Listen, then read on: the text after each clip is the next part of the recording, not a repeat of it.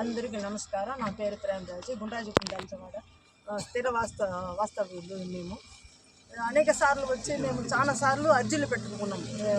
దీనివల్ల క్రషర్ వల్ల అనేక సార్లు అర్జీలు పెట్టుకుని ఎవరు స్పందించడం లేదు. ఏమంటే మా ఎస్సీ గ్రామ పంచాయతీ ఇది మాకు ఎవరు స్పందించలే. ఎన్నోసార్లు ఎంఆర్ఓకి కానీ కలెక్టర్ ఆఫీస్ కానీ స్పందనకు కానీ పెట్టినాము, అర్జీలు పెట్టినాము. ఇంతవరకు ఏమి స్పందన లేదు. ఏమంటే వీళ్ళ దగ్గర డబ్బులు ఉండదు కాబట్టి వీళ్ళు ఏమైనా చేసుకోవచ్చు, పేదోళ్ళని ఎట్టైనా ఏమార్చవచ్చు, దీనికి 10 మంది కలుసుకుని పేదోళ్ళని ఎట్టైనా కబ్జా చేయవచ్చు అనే ఉద్దేశంలో క్రషర్ వాళ్ళు ఈ మరి చేసుకుంటూ ఉన్నారు.